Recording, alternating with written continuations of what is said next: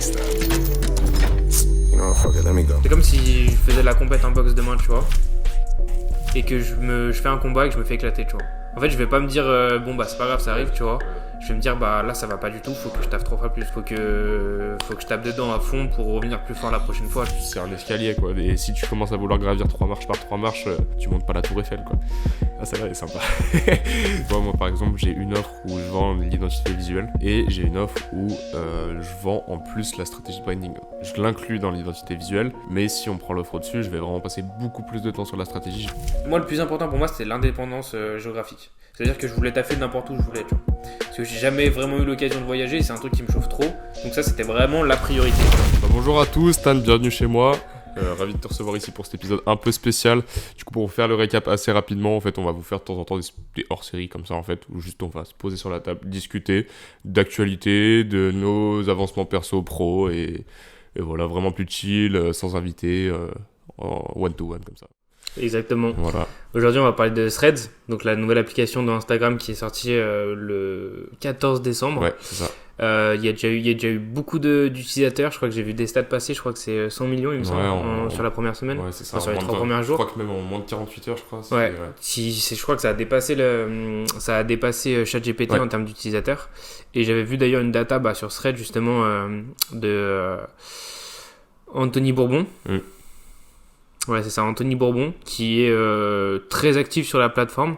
Alors, je suis pas forcément sur les autres réseaux, donc je sais pas si il est aussi actif sur les autres réseaux, mais en tout cas, sur Threads, il a l'air d'y voir une vraie opportunité. Et justement, il a fait un peu son bilan, son avis sur Threads et ce qu'il pensait de l'application et de son potentiel et de son futur. Et je pense que ça peut être intéressant qu'on en parle ensemble. Ouais, carrément. De ressortir nos points de vue perso sur l'appli aussi. Ouais, exactement. Comme ça, après, on peut voir avec nous ce qu'on a dit aussi. Si tu veux, je te lis le Thread qu'il a écrit. Donc, il a dit, à votre avis, est-ce que Thread va être un succès ? Peu de recul, mais mon analyse est assez tranchée pour le moment. Les points positifs, grand nombre d'utilisateurs. Garanti justement grâce à Instagram. Donc, grosse traction. Un fort engagement avec un format conversationnel. Ouais. À l'instar de LinkedIn et Twitter du coup finalement, et les points négatifs qui sont au final plus nombreux, pression de toujours devoir poster des choses pertinentes. En vrai là-dessus moi je suis pas forcément d'accord. Ouais, moi non plus. Très niche et pas grand public, pas non plus d'accord. Souvent une hype avec les nouveaux réseaux qui disparaissent dans les mois qui suivent, ça c'est inévitable.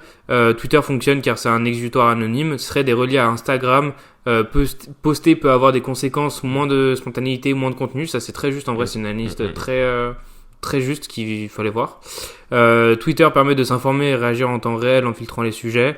Ce qui est vrai avec Thread, c'est assez compliqué de voir vraiment. Enfin, pour l'instant, on n'a pas encore de système de trend ou ce genre de choses. Après, l'application là, ça fait un moment qu'elle a été développée, ça fait un moment qu'elle est en bêta, mais je veux dire, elle est sortie en France que depuis une semaine en fait, c'est ça.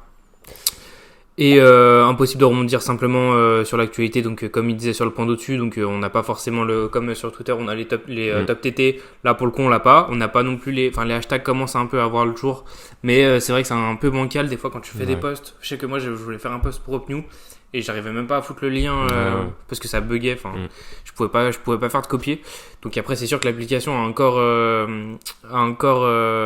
des points sur lesquels il faut s'améliorer. Et du coup en conclusion il dit que du coup selon lui il faut que Threads copie Twitter jusqu'au bout avec l'actualité et les hashtags. Sinon ça sera un entre-deux, le grand public continuera de réagir sur Twitter et les contenus de qualité des CSP+, niche, pro, resteront sur LinkedIn. Non, en général, en vrai, je suis plutôt d'accord avec lui, juste sur le dernier point où il dit qu'il faut qu'il copie Twitter jusqu'au bout.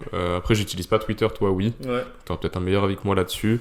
Mais pour moi, en fait, pour moi, c'est une opportunité d'avoir un Twitter plus professionnel, entre guillemets, et peut-être un peu plus cadré. C'est bon.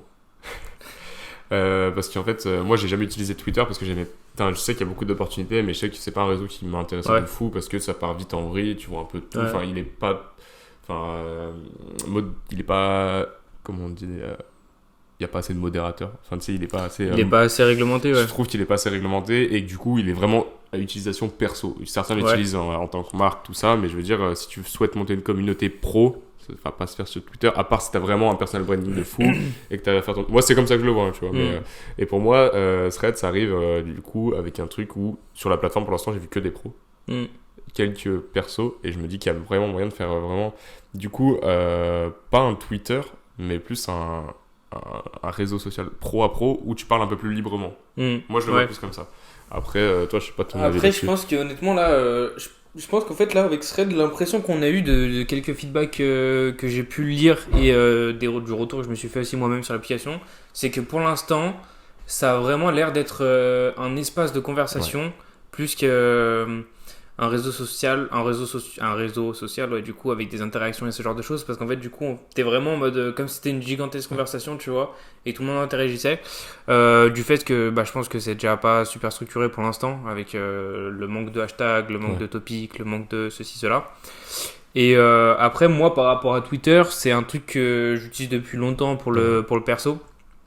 J'avais essayé de me lancer en pro dessus, mais j'ai jamais vraiment continué sur Twitter, mais je pense que tu as un gros potentiel et je sais que tu as une grosse commu surtout en montage vidéo. Je crois qu'il y a un peu moins de motion designer et je sais qu'il y a aussi surtout pas mal de graphistes. Je sais que tu as une grosse commu de graphistes là-bas et je sais que c'est un truc qui peut être vachement pertinent, surtout que maintenant tu as t'as le système de rémunération en fonction de tes impressions, tu vois. Ça, je savais pas. Donc ça peut être c'est assez compliqué à avoir, tu vois, mais si tu arrives à avoir une bonne communauté et que tu fais des posts réguliers qui marchent, un minimum en tout cas, tu peux avoir une petite sorte de revenu passif de par ton activité sur le réseau. Donc je pense que ça peut être sympa. Après, pour revenir à Thread, en vrai, je pense que pour l'instant, on peut pas vraiment... on peut spéculer dessus, on peut pas vraiment faire de plan concret sur l'application, à part poster et voir comment l'algo réagit. Mais je pense qu'il va y avoir pas mal de mises à jour qui vont tout changer, enfin quasiment tout changer. Et ça va être beaucoup plus construit. Et à ce moment-là, on pourra voir si c'est vraiment un truc pour déconner avec les potes ou si c'est un truc où tu peux faire du business, du business. Si tu peux parler de ton taf, si tu peux trouver des prospects, ce genre de choses, tu vois. Je pense qu'au-delà des prospects, c'est plus des collaborations entre pros qui peuvent se faire dessus. Moi, j'ai déjà eu 3 ou 4 contacts en quelques jours sur des gens qui veulent faire des collabs créatives ou qui entendent parler de ça. Enfin, juste tu montes ton travail, les gens sont cool et moi, c'est là-dessus que je trouve le point fort pour l'instant il y est. C'est qu'en plus, c'est relié à ton Instagram. Et moi, étant donné que je mise une grosse partie de ma commu sur Instagram, une grosse partie de mon business sur Instagram, je me dis en fait ça peut être un moyen de trouver du pro à pro pour faire des collabs, pour trouver des gens sur Lyon, commencer à faire des petits cercles de créatifs que c'est pas forcément simple de tomber dessus sur Instagram parce que t'es noyé dans la masse sur Instagram. Instagram c'est plus compliqué. Et là je trouve où l'algo est bien fait, c'est que je tombe sur des posts de Lyonnais, de créatifs, vraiment ciblés. Et donc soit l'algorithme est relié avec ton algorithme Instagram par rapport à ce que tu postes. Et je pense que c'est ça parce que le feed de mon thread est plus semblable à mon feed Instagram aussi au niveau que ce soit de l'aspect créatif, tu vois. Et ça je trouve ça vraiment cool parce que du coup ça peut faire des bonnes bases de données et moi j'avais pensé, on avait parlé ensemble vendredi là, pourquoi pas faire un espèce de compte où quotidiennement je poste de l'actu sur le design en fait, où j'utilise mon thread du coup différemment d'Instagram, un contenu que je pourrais faire sur Instagram mais qui m'intéresse pas forcément et du coup que sur thread qui pourrait être sympa à faire. Donc ça après ça va être des tests qu'on va faire, de toute façon chacun de son côté, je pense qu'on va voir comment l'application évolue. Complètement. Voilà. De toute façon, on vous mettra nos threads et le compte thread de UpNew à la vidéo, à l'image. Et globalement, pour revenir un peu sur tout ça, je pense que c'est pour l'instant, en vrai, on va surtout tester. Je pense que c'est pas forcément... En vrai, moi, thread, je le vois pas forcément comme un canal d'acquisition nouveau pour l'instant. Peut-être que par la suite, il va le devenir. Mais pour l'instant, en vrai, je trouve que c'est juste un moyen de renforcer le lien avec ta commune, tu vois, parce que tu peux parler en mode chill. En fait, c'est comme des stories, mais version écrite et version distribuée à tout le monde, tu vois. Donc en vrai, c'est pas mal. C'est pas mal du tout. Et puis on verra de toute façon ce que ça donne. On vous met les liens de nos comptes si jamais vous voulez suivre. Je pense qu'on va pas mal poster pour voir un peu, tester un peu comment l'algo réagit, comment notre contenu fonctionne et plaît s'il plaît. Et puis je pense qu'on va pas mal se découvrir de style éditorial aussi, donc n'hésitez pas à nous suivre et voilà. De toute façon je pense que l'application va quand même beaucoup changer dans les semaines à venir, notamment sur l'interface. Je sais pas ce que t'en penses. Moi il y a eu quand même beaucoup de retours, que ce soit des UX designers ou même des gens classiques, notamment j'ai vu un thread de Michou, tu vois. L'interface comparée à Insta, je le trouve, en fait il a pas d'âme entre guillemets, et je trouve que je sais pas, t'as pas de... Ouais, je trouve qu'il est mal structuré entre les commentaires et le thread en question. Tu sais plus trop où tu le places. Donc je pense qu'ils ont un gros travail d'ergonomie à faire. Après ça, on verra comment ils le font évoluer avec le temps. En fait, ils ont essayé de faire quelque chose d'ultra épuré qui marche bien dans un premier temps, mais au niveau utilisation pure et dure, je trouve que ça fait un peu un peu brouillon. Ouais, un peu brouillon, tu sais pas trop où t'es, tu te perfides facilement. Surtout que quand tu découvres une appli, généralement, t'as le temps d'adaptation, donc tu me suis dit, ok, ça va venir. Et là, je me rends compte, ça fait 4-5 jours que je l'utilise, et au bout de 4-5 jours, il y a quand même des... Enfin, même quand t'as des notifications de commentaires, tu sais pas si t'es sur ton thread, sur le commentaire. Enfin bref, c'est un peu, je trouve c'est un peu brouillon. Et là-dessus, je pense, soit ils jouent sur les couleurs, s'ils veulent rester sur leur interface vraiment clean, ils peuvent. Mais je pense qu'il faut qu'ils fassent quelque chose au niveau des boutons, au niveau de enfin, que tu te repères plus facilement dans l'application, je pense, c'est tout. Je suis d'accord avec toi. Après, en vrai, globalement, si on revient là-dessus, déjà, moi, c'est pour ça que je trouve que ça fait vachement conversation, tu vois, comme application, parce qu'en fait, t'as l'impression d'être sur une conf Insta, tu vois, au niveau de l'interface. Et en vrai, même, moi, ce qui m'a un peu frappé, entre guillemets, c'est la démarche graphique de l'app, en général, tu vois, parce que t'as l'impression qu'elle est... je la trouve très peu personnelle et très vide en fait, tu vois. Ouais, mais pourtant... même le logo, en vrai, c'est... autant le logo, oui, mais je trouve qu'ils ont une DA ultra prononcée en dehors de l'app.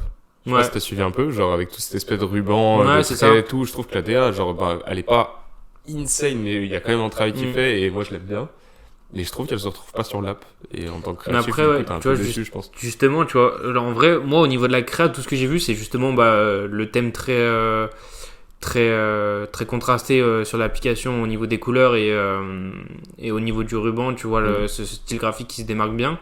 Mais au final, ça, tu le retrouves nulle part dans l'app. Et en fait, c'est le seul truc que tu retrouves en dehors de l'app. Et t'as plus l'impression que c'est genre un truc éphémère qui va être juste là pour de la com, plus que l'identité de la marque, tu vois. Et au final, quand tu regardes au-delà de ça, c'est quand même assez... moi, je trouve que c'est assez light, pas forcément dans le sens où c'est trop minimaliste, parce que des trucs minimalistes sur style... il n'y a pas d'âme, quoi. Voilà, style Apple, c'est ultra minimaliste, mais ça dégage un truc, tu vois. Là, ça dégage pas forcément le côté... ça dégage pas forcément d'émotion, tu vois. T'as pas forcément le côté satisfaisant à l'utiliser ou le côté satisfaisant à regarder, tu vois, l'identité graphique. T'as plus un truc un peu trendy, tu vois, avec des couleurs ultra contrastées, justement, un petit truc de ruban, tu vois. Donc franchement, à voir aussi comment le style graphique va évoluer, parce que même Instagram, on sait que le logo et la DA de toute l'app a évolué énormément depuis sa création, donc je pense que là, ça va être pareil pour Thread. Et tu vois, au-delà de ça, je pense que ça peut être un bon truc, ça peut être un bon exemple à prendre, c'est qu'en fait... ils ont pas attendu d'avoir une DA de fou furieux, d'avoir construit un univers graphique de ouf pour se lancer. Ils ont un truc ultra simple, l'ergonomie, que ce soit des pros ou même des personnes comme Michou, tu vois, qui est pas forcément dans l'UX, trouvent qu'il y a un problème d'ergonomie, et pourtant ils ont quand même fait 100 000 en 100 millions. 100 millions en 48 heures. Après, ou peut-être même plus, mais ça reste insane. Là-dessus, où ils ont été bons, c'est qu'ils ont lâché l'avant-première aux US. On en a entendu parler en France. Ça avait la hype. Et puis c'était venu aussi un peu en France. Ouais, il y en a qui ont réussi à les choper avec des VPN. Donc tu voyais qu'il y en a au début. Tu sais, au début, ils avaient fait un truc sur ton profil Instagram. T'avais ton numéro de compte. C'était pas ton nom. Et du coup, les gens disaient, moi je veux ce numéro-là. Si j'ai ce numéro-là avant lui, je vais. Du coup, ils ont fait une hype au-dessus de ça. Et là-dessus, ils ont été trop forts. Parce qu'en plus, en faisant du coup une avant-première aux US et pas en France, et qu'il y en a qui ont eu accès, ça a fait du bouche-oreille. Et même si t'en as rien à faire de Thread, tu te dis, faut que je le teste, tu vois. Et je pense que c'est ça la hype du début. Mais oui, je pense qu'il faut qu'il fasse évoluer. Après, même au niveau, je pense, de l'interface, il faut qu'il le change. Mais même au niveau, moi je vois bien plus tard, genre, je sais pas, des groupes de commu que tu peux créer, en fait, un peu comme des groupes Facebook, tu vois, ou des canaux sur Insta. Mais vraiment des trucs de discussion où tu peux échanger. Mais vu que c'est relié à Insta, ça peut être sympa. À voir comment il fait. Mais moi, je le vois bien. Enfin, à titre perso, c'est un genre de truc que j'utiliserais plus facilement sur Thread que sur autre chose. Après, ça, franchement, c'est vraiment un truc de chacun. Mais de toute façon, ils vont faire évoluer l'ergonomie, ils vont tout faire évoluer. Et on verra bien. Peut-être que parce que là, pour l'instant, tu vois, quand tu télécharges Thread, tu t'abonnes aux gens à qui t'es abonné sur Insta. Mais ça marche pas à l'inverse. Et ça, je pense qu'ils finiront par le faire à l'inverse, en fait. Ou si les gens te suivent sur Thread, ils te suivront sur Insta. Pour moi, c'est la logique aussi du développement, c'est de pouvoir d'aller chercher du coup une commu différente, mais reliée à ta commu Insta. Parce qu'en fait, s'ils ont voulu faire un lien, autant faire le lien jusqu'au bout. parce que sinon, si ça va que dans un sens, je vois pas trop l'intérêt. Ça permet en fait aux gens de recevoir des notifs et télécharger Thread dans un premier temps, mais en tant qu'utilisateur de l'app, je pense qu'il faudra qu'ils fassent quelque chose là-dessus où bah, du coup, tu gagneras un intérêt à utiliser l'application tous les jours parce que ça pourrait te ramener des gens plus facilement que sur Insta. Sachant que là, c'est les débuts. Moi, j'ai atteint la moitié de mes abonnés Insta en 2 jours, alors que sur Insta, les gens s'abonnent très peu sur Insta quand même, tu vois. Alors que là, sur Thread, bon, après, il y a le follow back, là, en ce moment, à fond. Les gens, ils sont comme des fous, mais je pense qu'une fois que tout ça sera calmé, faudra qu'ils s'organisent un peu mieux, je pense. Ouais, après, de toute façon, là, je pense que l'application va prendre genre 2 chemins. C'est soit elle se développe en tant qu'application à part, ou du coup, bah, même au niveau des messages, tu vois, quand tu reçois quand tu postes et que t'as un commentaire et tu veux débattre sur le commentaire ou quoi, en vrai, t'as pas du tout de... Enfin, j'ai pas encore exploré tout ça, j'ai juste regardé comme ça, j'ai vu qu'il y avait pas de moyen sur l'app et je pense qu'il doit y avoir un moyen pour passer sur Insta et tout. Enfin, pour l'instant, tu vois, ça s'est pas développé. Et le fait que ça se soit pas développé en sortie officielle, ça peut potentiellement dire que à terme, ils veulent pas faire une application à part entière, mais ils veulent que ça devienne une application annexe. Ils veulent que ça devienne un Instagram, mais version textuelle en fait. C'est peut-être une direction qu'il va prendre. Et d'ailleurs, par rapport aux numéros, maintenant tu trouves encore les numéros de ton compte. Ah ouais. Et en fait, c'est dans l'application. Tu vas donc sur ton profil dans le menu burger. Je vous montrerai à l'écran. En vrai, ça sert à rien, mais c'est stylé. Et donc tu vas dans à propos, et je crois que c'est à propos de votre profil. Et ensuite tu cliques sur ancien nom d'utilisateur, tu vois. Pas du tout. Tu cliques sur rejoindre et en fait t'as une petite animation comme ça qui est ultra stylée en vrai. Okay. Tu vois, ça te fait une petite carte et en fait j'imagine que ça du coup c'est ton numéro de compte, tu vois.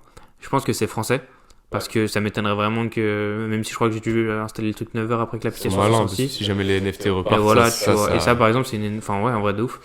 Et en vrai franchement tu vois, ça c'est des trucs tout cons mais ça fait trop plaisir. Ouais. C'est comme sur Arc. Arc, c'est un... En fait, c'est parce que t'as l'impression d'avoir une récompense. Ouais, c'est ça, tu vois. T'as l'impression d'avoir un truc à toi. Et puis, c'est ultra stylé. Eux, c'est juste des copier-coller avec de la data qui change. Ça leur coûte rien. Mais t'as l'impression d'avoir un petit truc à toi, tu vois. Donc, c'est vachement cool. Et je sais que Arc, ils ont fait pareil. Arc, c'est un moteur de recherche ou un navigateur web. À chaque fois, je confonds les deux. Mais en gros, c'est un logiciel qui te permet d'aller sur Google Chrome, sur YouTube, sur tout ce que tu veux. C'est un peu comme Google au final, ou Google Chrome, enfin bref, c'est un truc sympa qui est développé aux US et qui est pour l'instant en version un peu limitée pour le télécharger. Mais en fait, du coup, quand tu lances ton truc, t'as aussi une petite carte comme ça, sympa, en mode ton truc d'arrivée, etc. Et ça, c'est des trucs trop bêtes, mais en fait, ça marche trop bien, tu vois. Ah, c'est l'espèce de... Enfin, t'as l'impression d'être récompensé d'avoir fait ça et... Surtout que Arc, pareil, c'est une boîte qui met beaucoup de moyens dans l'UX. Et dans le design en général, donc ils ont un truc ultra stylé, tu vois, c'est trop kiffant de s'en servir.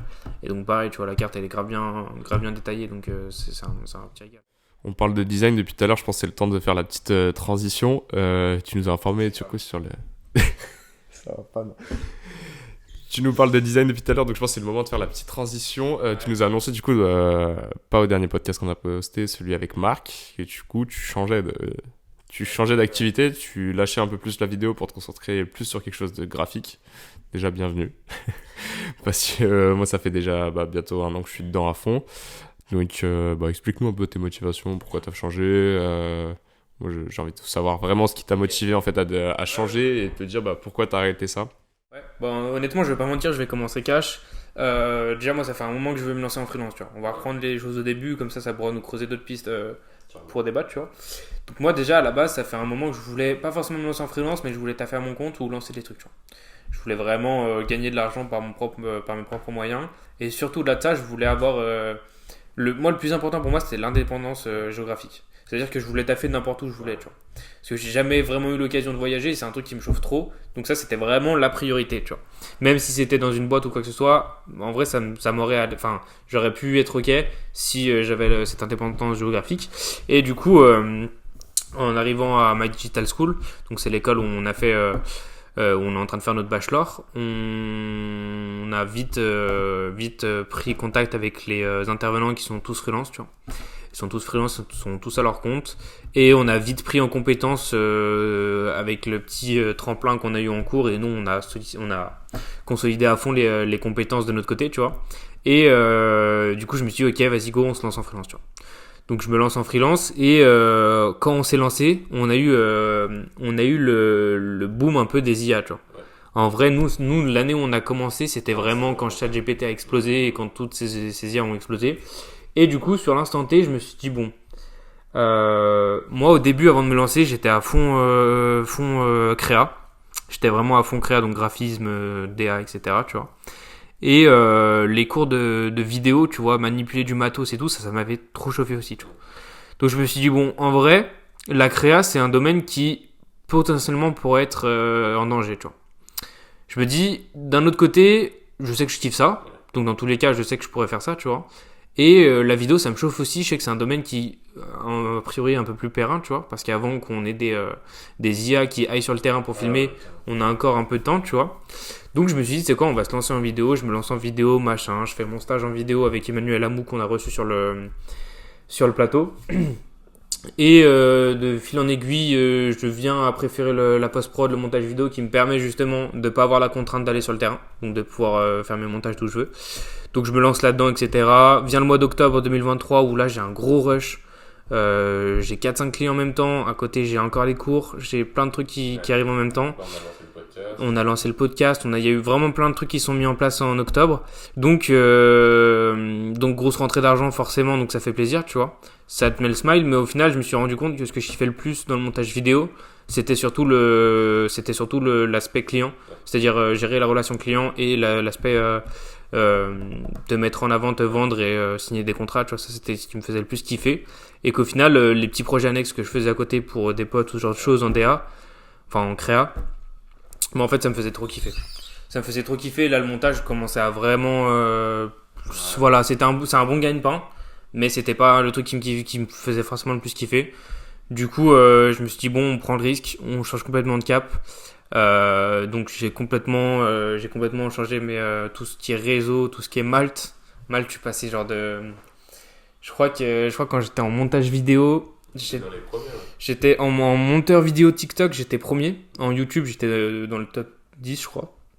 Avec entre 20 et 30 recherches semaine, tu vois. Donc c'est quand même pas mal. Mais en gros, je crois que je faisais genre du 300 vues à la semaine. Là, je fais du 50. Ouais, non, mais après, c'est des secteurs un peu plus concurrentiels où la demande, elle est. Il y en a toujours autant, mais elle est différente. La demande, en fait, tu vas faire confiance plus au profil qu'aux compétences dans un premier temps.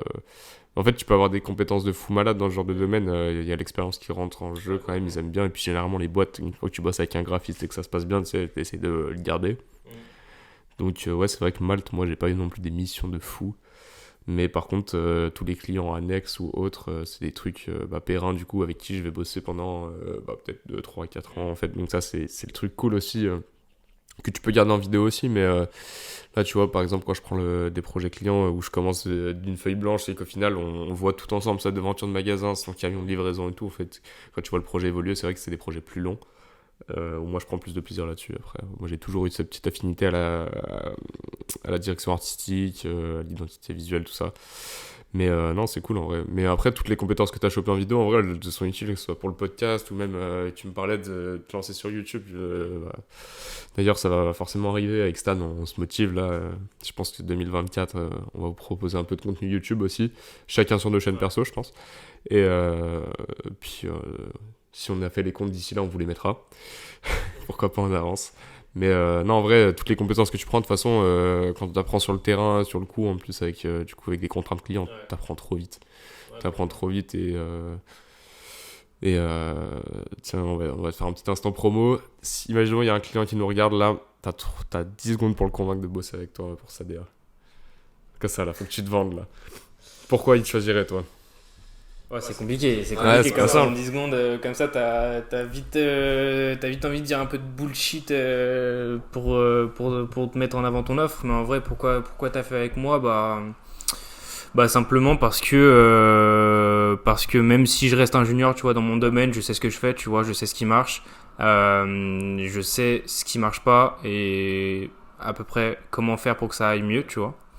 Bien sûr j'ai pas l'expérience senior encore une fois, tu vois, mais rien que je pense qu'en tant que junior j'ai quand même un bon œil. Et puis parce que ça fait aussi quasiment 1 an et demi que je fais de la veille quotidienne, tu vois, sur tout ce qui touche à la direction artistique, tu vois, que ce soit de la photo, de la vidéo, du motion ou du graphisme. Enfin, que ce soit de mon côté, tu vois, ou même ensemble par rapport au projet que tu as fait, par rapport au projet que tu as envie de lancer, etc. Tu vois. Donc je pense que j'ai quand même j'ai comme une base solide, tu vois, pour apporter des résultats. Voilà, c'est ça, tu vois. Je pense que un projet que je peux avoir entre les mains, je peux apporter des résultats concluants, tu vois. Honnête. Non, de toute façon, je pense que dans le domaine, en vrai, il y a beaucoup, comme je te disais tout à l'heure, l'expérience, machin, tout ça. Mais quand je vois, je vais être vulgaire, hein, mais les merdes que certains sortent, experts, ou des agences de com expertes, je me dis que, faut qu'ils fassent confiance aussi à des jeunes qui ont la dalle, en fait, et qui ont envie de bosser parce que... moi, ça fait 1 an que je suis dedans et je sais que je vais pas me dire j'ai plus d'expérience que quelqu'un qui a 5 ans, c'est faux. Mais avec le taf quotidien que je fais, les projets annexes que je fais aussi pour m'améliorer, pour comprendre machin, tout ça, l'analyse, la veille constante, comme tu dis, t'arrives vite à un niveau très très correct en fait. Et en soi, le graphisme, c'est plus des règles et du coup de la créativité, bien sûr, faut en avoir. Mais une fois que tu connais les règles, et que tu as la stratégie de branding qui va avec tout ça, en vrai, y a moyen de s'amuser quand même. Il y a moyen de vraiment concurrencer des grosses boîtes ou même des gros graphistes. Surtout qu'il y en a qui suivent pas forcément les tendances actuelles. En fait, c'est ça, nous on arrive sur le marché avec du coup on connaît les tendances actuelles, ce qui se fait de mieux. Ouais. Et après, tu découvres au quotidien, je pense. Mais, Ouais, complètement. Mais après, ouais, tu vois, je suis d'accord. En vrai, pour l'instant, j'ai réalisé donc 2 projets. En vrai, il y en a d'autres, tu vois, mais c'est des trucs que je considère pas vraiment comme des projets. Mais là, mes 2 derniers projets que j'ai réalisés, c'était des trucs où tu comprends vite enfin, en fait, le truc, c'est que justement, tu vois, en créa, surtout en branding, en fait, en vrai, t'as besoin de la créativité, tu vois. Mais t'as surtout besoin de réflexion et, comme tu disais, les règles, tu vois. En fait, à partir du moment où t'as toute ton idée en tête, tu vois, tu sais comment tu vas mettre en avant le branding de la personne, tu vois, en fait, après, ça découle simplement. Ouais. Et un truc que, tu vois, moi, j'aime bien faire sur les brandings, parce que en vrai, je me suis fait quand même pas mal de branding perso, parce que j'ai changé grave de fois de nom, de pseudo et ce genre de choses, tu vois. Et du coup, à chaque fois, je me refaisais des brandings. Et en fait, ce que je kiffe faire, c'est qu'à chaque fois, tu vois, tu pars d'un élément clé. Donc, par exemple, si c'est un client, tu vois, tu pars d'un élément clé de son histoire ou de l'histoire de sa boîte ou de sa région, ce genre de choses, et tu fais découler de la DA de là, tu vois, et de sa personnalité aussi. En fait, tu vois, le branding, c'est étroitement lié avec du marketing, tu vois. Carrément. Et c'est étroitement lié avec du personal branding, que ce soit d'entreprise ou d'individu, tu vois. Et en fait, c'est ça que moi je kiffe de ouf. C'est vraiment que, tu vois, quand tu as toutes les clés et que tu mets toutes les pièces, tu vois, tu travailles toutes les pièces une par une et tu les mets pour former ton puzzle final, tu vois, en général, voilà, tu vois. En général, même si esthétiquement, c'est pas le truc le plus stylé que tu aies vu, dans tous les cas, ça fonctionne et dans tous les cas, ça dégage au moins un peu d'émotion, tu vois. Ouais, mais en fait, c'est pas le... je me base sur le logo parce que c'est ce que je fais principalement, parce que je fais quasiment que de la DA. Un beau logo, ouais, mais s'il raconte rien, en fait, c'est comme si tu mets un point, à la limite, un point qui en dit long, ça vaut plus que 50 000 formes qui font jolies ensemble, tu vois. Donc, c'est sûr que là-dessus, après, le plus dur, généralement, c'est vu qu'on est dans le domaine, c'est de l'expliquer au client. Ça, c'est vraiment compliqué parce qu'il y en a qui arrivent avec 50 000 idées, ils estiment que ça, c'est la bonne réponse. Mais en fait, même si ton rendu, il n'est pas forcément incroyable à ses yeux, il est travaillé pour sa cible et il est travaillé pour son domaine d'activité, tout ça. Donc, parce qu'en fait, moi, j'ai dû traiter avec une dizaine de clients déjà, voire 15. Donc, je commence à avoir pas mal de retours.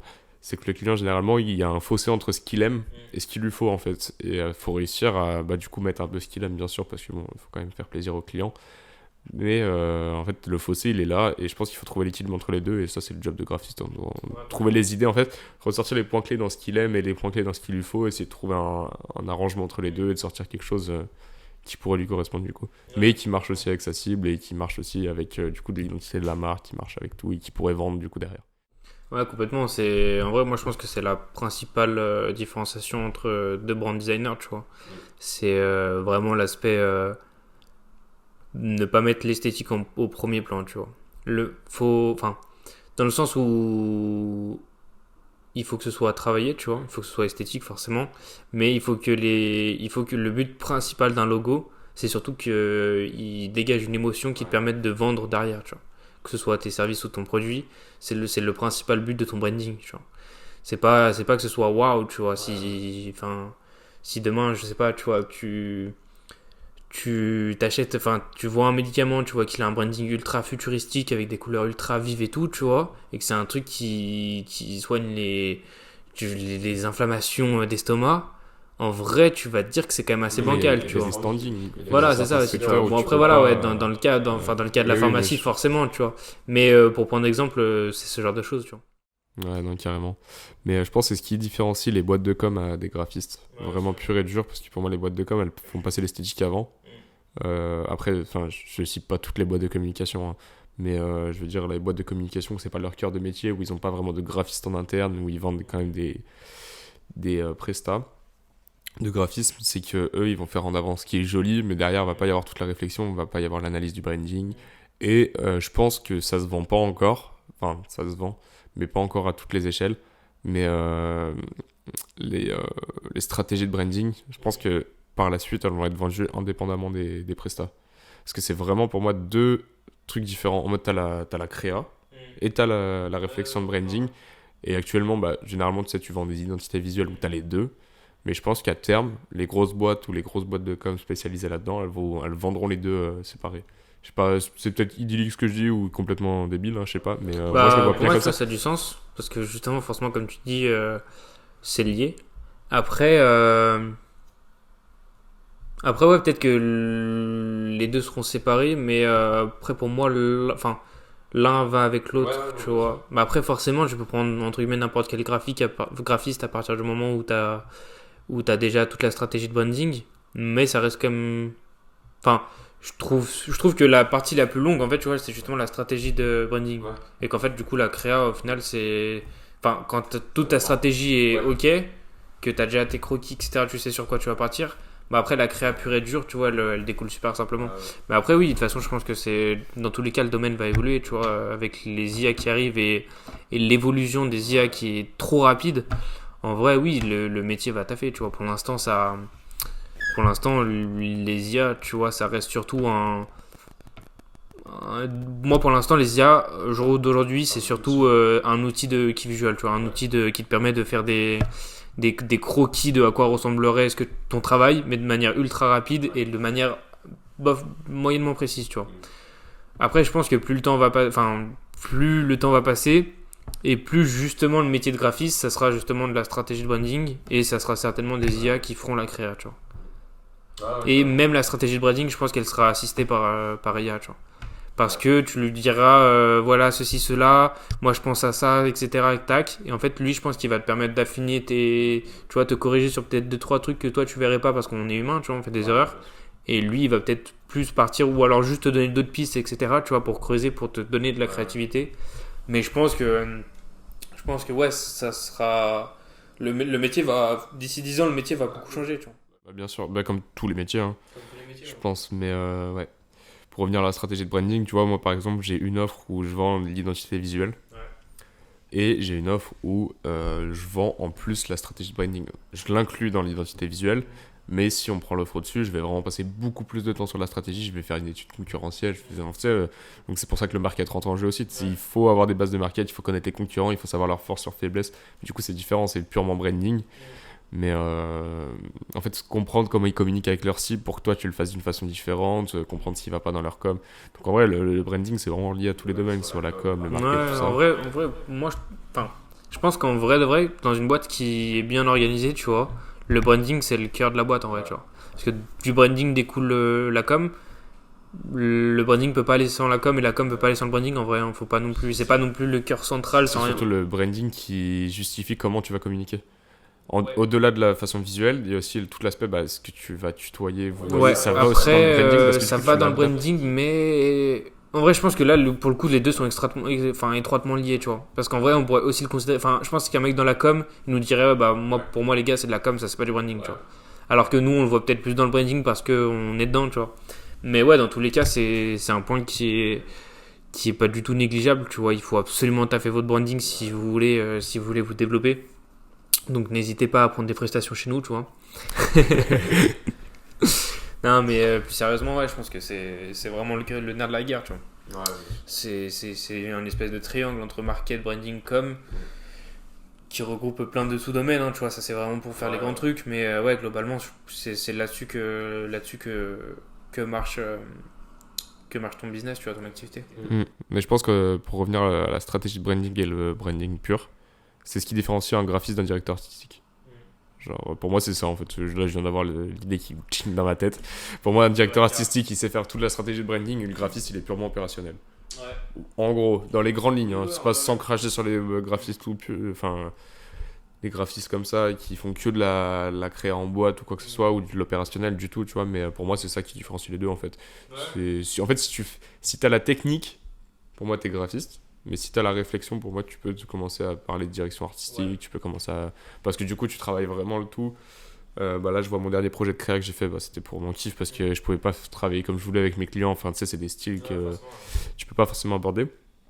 Donc, je vous mettrai peut-être un extrait s'il est déjà prêt. Mais ouais, où là, du coup, je me suis réfléchi avant. Je me suis dit, ok, qu'est-ce que je veux faire transmettre, quel style, quel horizon, quel type de photo, quel type de com, enfin bref, tu vois, tout ça. Ouais. Et du coup, tu réfléchis vraiment à des projets plus gros. Enfin, tu réfléchis aussi en fait, tu réfléchis à tout. Ouais, complètement. Après, ouais, de toute façon, je pense que pour nous, c'est l'objectif à terme pour nous deux, tu vois, c'est de vraiment migrer sur un poste de brand designer ou de logo designer ou de designer sur un poste de direction artistique, tu vois. Ça touche du coup justement à tout ce qui est stratégie et du coup aussi à tout ce qui est champ artistique dans le panel de prestat, tu vois. Donc ouais, complètement. Ouais, puis même en dehors de ça, moi je sais que j'ai plus le profil à... Je pense que je prendrais plus de plaisir à travailler sur 3 projets par an, mais des gros projets, vraiment des trucs costauds, que t'as fait sur 15, 20, 30 missions par an ou des petits trucs à droite à gauche. C'est cool, de toute façon au début t'as pas le choix, mais je sais que je prendrais beaucoup plus de plaisir à travailler sur des gros projets, même en solo en fait, tu vois, ou en duo ou autre. Petite équipe, moi je suis plutôt du style petite équipe, j'aime pas trop bosser dans des... Enfin après, si j'ai l'opportunité de tester, pourquoi pas.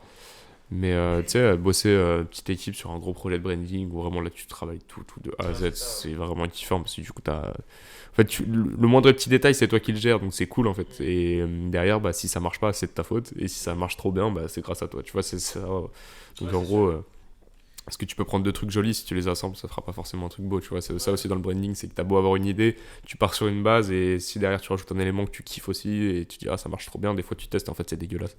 Enfin, tu vois, c'est ça aussi. Et ça, c'est ça que j'aime bien dans le branding, perso. C'est pouvoir tester, voir ce qui marche pas. Après tu prends tes marques, tu prends tes repères, tu sais tout de suite ce qui va marcher, ce qui va pas marcher. Et après, où tu perds du temps, c'est qu'il faut l'expliquer au client. Parce que le client, t'as beau lui dire ça marchera pas, il faut lui montrer, sinon il va pas le comprendre. Et voilà quoi. Ah, complètement, ouais. Dans les grandes lignes. Après, ouais, je pense que c'est pour ça aussi que on veut partir en DA, enfin, en tout cas, d'un point de vue compétence, en tout cas, tu vois, parce que tous les deux, en vrai, on aime bien toucher à tout, tu vois. En fait, à partir du moment où on crée un truc, on aime bien toucher à tout, tu vois. Que ce soit de la vidéo, que ce soit du motion, que ce soit de la production graphique, que ce soit print web... dans tous les cas, en fait, on aime un peu tout, on s'intéresse un peu à tout, on fait un peu de la veille sur tout, même le UX. Voilà, moi je suis en train de bien kiffer aussi. Toi, ça fait déjà un bon petit moment que tu commences à bien t'y intéresser. Moi, c'est venu un peu plus tard, mais là, ouais, je commence à bien kiffer aussi, tu vois. Et en fait, je pense que c'est pour ça qu'à terme, on va juste tendre à devenir DA et peut-être pourquoi pas monter une agence. Monter une petite agence petit teasing.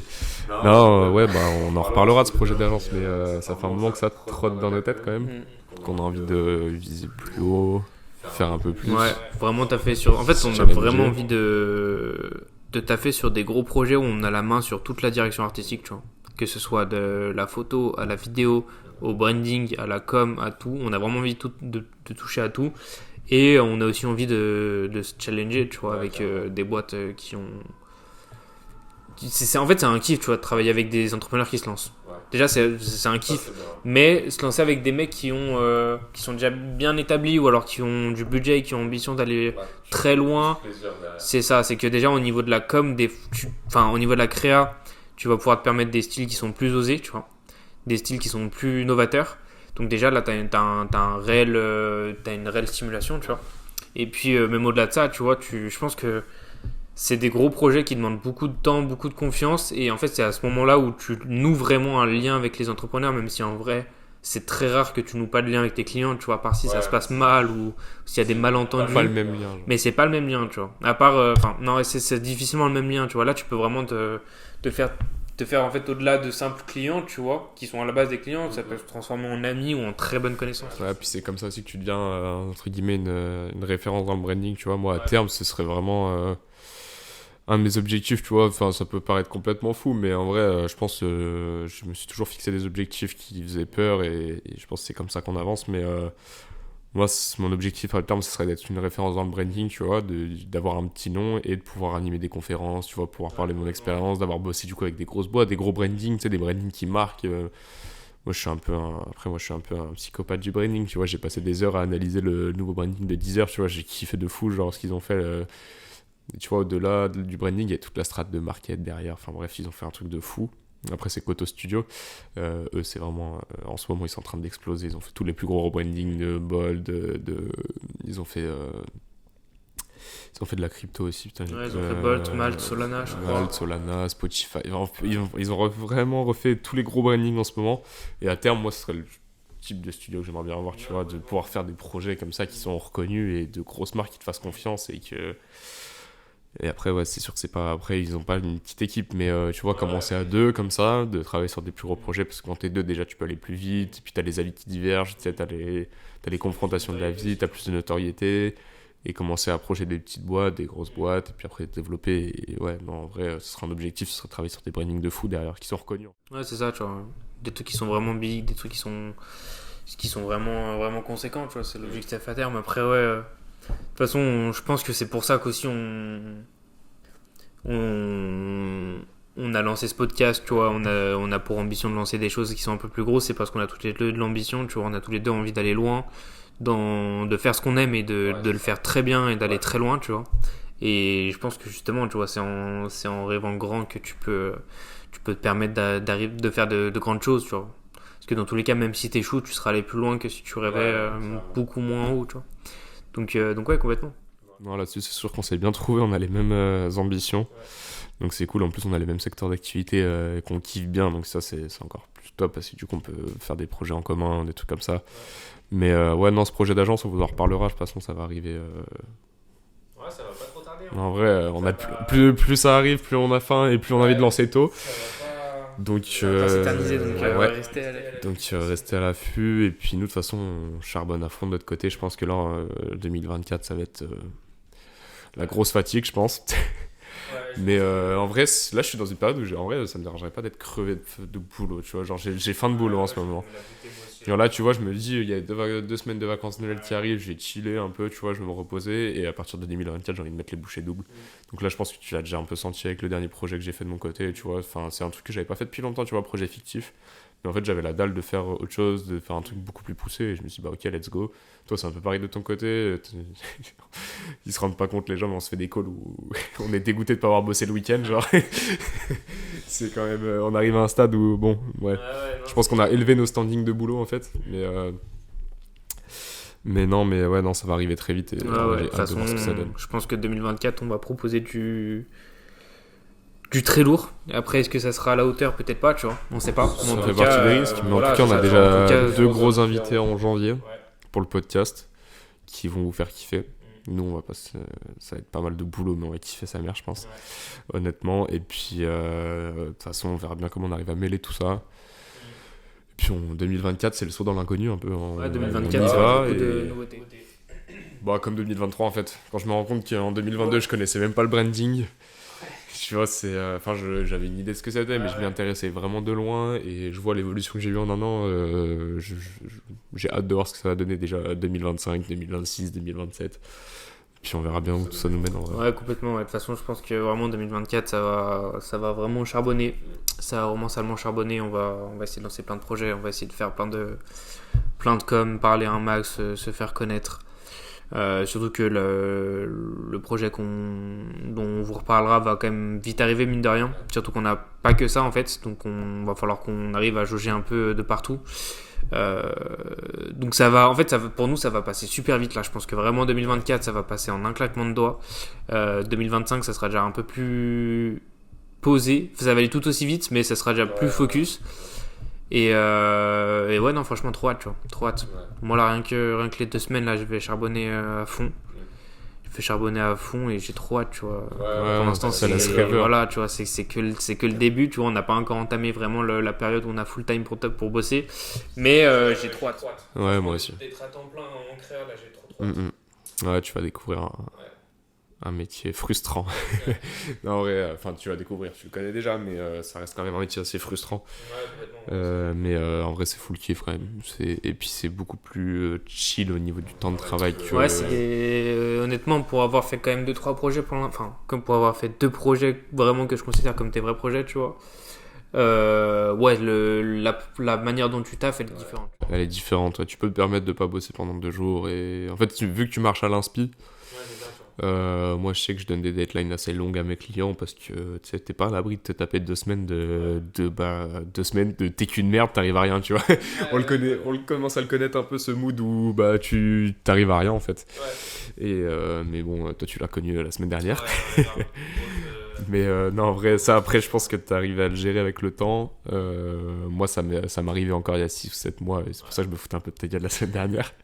Parce que maintenant j'arrive plus ou moins à le gérer et je sais ce qu'il me faut pour entre guillemets y contrer. Mais bon, après t'es pas à l'abri d'avoir zéro idée en fait. Les clients des fois ils pensent que t'es une machine à créativité, mais en vrai tu restes qu'un humain et la créativité ça joue sur l'humeur. Donc en vrai on va bosser, mais on va garder assez d'énergie pour faire des trucs quali, quoi. Ah ouais, c'est ça. De ouf. Mais après, tu vois, moi justement par rapport à la frustration sur les projets, c'est un truc que en vrai j'avais pas trop rencontré, tu vois, en montage vidéo, franchement.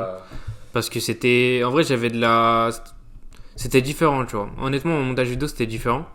Et là, vraiment, de la frustration de pas être créatif comme ça m'a vraiment grave rappelé l'époque où, quand j'étais petit, que je dessinais, tu vois. Et que j'arrivais pas à avoir d'inspi. Dès que j'avais une petite inspi, je faisais un truc sur papier, c'était immonde. Et ça m'a grave rappelé cette période-là. Et en fait, je me suis rendu compte que, en fait, tu vois, déjà, je prends mon métier très à cœur, tu vois. Je prends mon métier très au sérieux et très à cœur. Et que, en fait, je considère pas ça comme un métier, mais comme une discipline, tu vois. Ouais. Et en fait, c'est comme, tu vois, c'est comme quand, genre, c'est comme si je faisais de la compète en boxe demain, tu vois, et que je fais un combat et que je me fais éclater, tu vois. En fait, je vais pas me dire, bon, bah, c'est pas grave, ça arrive, tu vois. Je vais me dire, bah, là, ça va pas du tout, faut que je taffe 3 fois plus, tu vois. Faut que je tape dedans à fond pour revenir plus fort la prochaine fois. Après, c'est un peu un sac vicieux en créa, parce que si, en fait, créa, faut laisser le temps aussi de se dire, là, j'y arrive pas, demain, ce sera peut-être bon, alors que toi, tu m'as fait rire la semaine dernière parce que t'étais comme ça. T'étais pas satisfait de ce que tu faisais, tu repartais direct, tu repartais, et au final tu faisais que le procrastiner en boucle. Et je pense que tout le monde y passe en vrai, même un expert en créatif, il y passe encore, tu vois. À part s'il se casse vraiment plus la tête sur ses projets clients, mais bon, ça montre que tu prends ton truc à cœur aussi, tu vois. C'est ça qui est intéressant, c'est qu'un mec qui prend pas à cœur, il va rendre un rendu moyen, il va se dire bon, le client il sera content, et puis voilà. Nous, je pense qu'on n'a pas la même vision, tu vois. On a envie de vraiment satisfaire, et je pense que c'est pour ça qu'on veut passer au statut d'agence, parce qu'en tant que freelance, après, se vendre par rapport à, je sais pas comment expliquer, mais les attentes qu'on a envers nous-mêmes, elles sont dignes d'un rendu d'agence, en fait, je pense, et c'est pour ça qu'on a envie de passer le cap aussi, parce qu'en tant que freelance, je pense que t'es pris au sérieux, mais pas forcément par tout le monde. Enfin, t'es pas pris au sérieux de la même manière, en fait, et je pense qu'on a envie de... Moi, en tout cas, c'est mon avis. Je pense que tu le partages aussi, c'est que j'ai envie d'être pris au sérieux tout le temps, en fait. Tu vois, enfin... Ça faisait un peu méchant dans les films. Mais non, mais je veux dire que mon travail soit pris au sérieux, peu importe les circonstances, et moi, quand je vois, il y a des gens qui m'envoient des messages sur Insta en mode ouais, salut, un logo 50 balles, s'il te plaît. Enfin là, tu vois, j'ai l'impression de faire que mon travail n'est pas pris au sérieux. Et c'est ça que j'ai le plus envie d'avoir, que les clients ils viennent, ils savent à quoi s'attendre. C'est pour ça que là, je pense que le plus gros du gros qui nous reste pour l'agence à bosser, c'est surtout le process. Moi, vraiment, mon truc idéal, c'est pas forcément de faire l'usinage, mais en fait, c'est le client, il arrive, il sait exactement comment ça va se passer. il paye il paye en avance, mais il sait exactement ce qui va se passer. Et après, à toi de faire le rôle pour que ça se passe bien en interne, tu vois, mais que tu aies un process clair, que le client il vienne, il soit content, que la presta soit carrée, que le rendu soit top, enfin bref, vraiment que ce soit tout lisse. Ouais, de ouf. Et ça, c'est trop kiffant. Ah, c'est sûr, de toute façon, je pense que c'est ce qui marche. Et je pense qu'on peut prendre l'exemple de Arthur Vallon, qui en ce moment est en train de tout déchirer. Tu vois, c'est scandaleux comment en si peu de temps il arrache tout. Et justement, tu vois, lui, c'est très simple. C'est un processus hyper clean, des livrables hyper détaillés, une deadline fixe et assez courte, avec un prix fixe. Et en fait, juste comme ça, comme de zinzin. Ça, c'est sûr que ça aide de ouf. Mais ouais, non, franchement, justement, tu vois, il arrive à jouer sur la com. Et après, derrière, une fois que tu dis, ok, sympa ce qu'il fait, sympa ce qu'il dit, etc., tu vas sur le site et tu te remanges une claque. Parce que tout est nickel, en fait. C'est propre, voilà. En fait, c'est organique. Tout est nickel. Simple. Tu te poses pas de questions, tu vois. C'est vraiment de l'UX. Ouais. C'est vraiment full UX. Et en plus, lui est travaillé, tu vois. Donc, en fait, t'es vraiment il a tout compris. C'est c'est trop fort, en vrai. Non, il est trop fort. ouais, c'est ça. Après, je pense que ce qu'il a fait, c'est pas non plus sorcier, tu vois, mais en fait, il le fait bien. Il le fait vraiment bien, et c'est un bon équilibre entre la com, le market et le design, en fait. C'est lui, là. Et du coup, c'est ce qu'il vend derrière, donc c'est cool. Après, il avait une approche de com discutable sur certains points, tu vois. Il a enterré un peu les boîtes de com même les agences pendant tant de temps, et puis derrière il est en train de monter la sienne. Enfin, tu vois, c'est une com, en vrai, non, moi je la comprends, faut juste t'en accord ou pas. Après, ça marche, donc c'est que ça fonctionne. Hein. Il a compris comment ça marchait. Arthur, pour le coup, il a vraiment pas cherché à réinventer la roue, et quand on entend de partout qu'il faut justement pas chercher à réinventer la roue, Arthur Vallon, c'est un exemple, tu vois, c'est un excellent exemple, et je pense qu'on devrait, en général, tu vois, beaucoup de personnes devraient se baser là-dessus, surtout si, en vrai, je pense que, tu vois, si t'as vraiment des ambitions d'entreprendre, je pense que dans tous les cas, faut que tu comprennes bien une chose, c'est que t'auras pas ton big projet, ton petit bébé avant d'être un serial entrepreneur, tu vois. Donc en fait, il faut lancer des trucs. Au début, lance des trucs qui fonctionnent, tu vois, des trucs où justement tu réinventes pas la roue, tu fais un truc qui se fait déjà, mais toi tu le pousses à fond, tu le travailles à fond, tu le fais avec ta DA, tu vois. Voilà, exactement. Et au fur et à mesure, tu vois, tu vas avoir des relations, tu vas avoir du budget, tu vas avoir de l'expérience. Et quand tu auras entrepris dans 2-3 projets, etc., là tu pourras essayer de faire un truc novateur. C'est surtout les contacts en vrai. Hein. Parce que quand tu as les contacts pour monter un business pour faire 10 000 euros par mois, tu vas faire 10 000. Mais quand tu commences à choper des mecs qui font même en fait, juste des mecs qui ont la dalle, mais qui ont déjà de l'expérience ou autre, en fait, c'est un escalier, quoi. Et si tu commences à vouloir gravir 3 marches par 3 marches, tu montes pas la tour Eiffel, quoi. Ah, ça là est sympa. Non, mais c'est histoire de dire qu'il faut, étape par étape. Et nous, on est vraiment, on est encore des bébés, tu vois, mais on est jeunes aussi. Et je pense que on peut vite surprendre tout le monde avec un truc sympa, en vrai. Ouais, c'est ça, c'est le but. Moi, ce serait mon plus gros kiff, ce serait qu'on arrive en 2025 et que les gens ils soient choc-tard de ce qu'on a fait. Genre. Ce serait trop kiffant. Mais en mode, du coup, du bon côté, on me disait, ah ouais, ok, il a fait la taupe pendant un an, mais au final. C'est ça, tu vois, ils sont sortis nulle part et ils sont positionnés. Ouais, c'est ça l'objectif. Complètement. Je pense qu'on peut vous laisser là-dessus. Ouais. On vous laisse rêveur. Pour ceux qui sont allés jusqu'au bout, merci beaucoup. Puis Stan, au plaisir de te recevoir. Et puis au plaisir de refaire des petits trucs comme ça. Moi j'ai très hâte du off-série à la montagne. Ouais. Donc restez branchés, ça va être sympa. Des petites idées d'off-série comme ça qui pourraient être sympas. Et puis on vous dit à bientôt. Allez, ciao.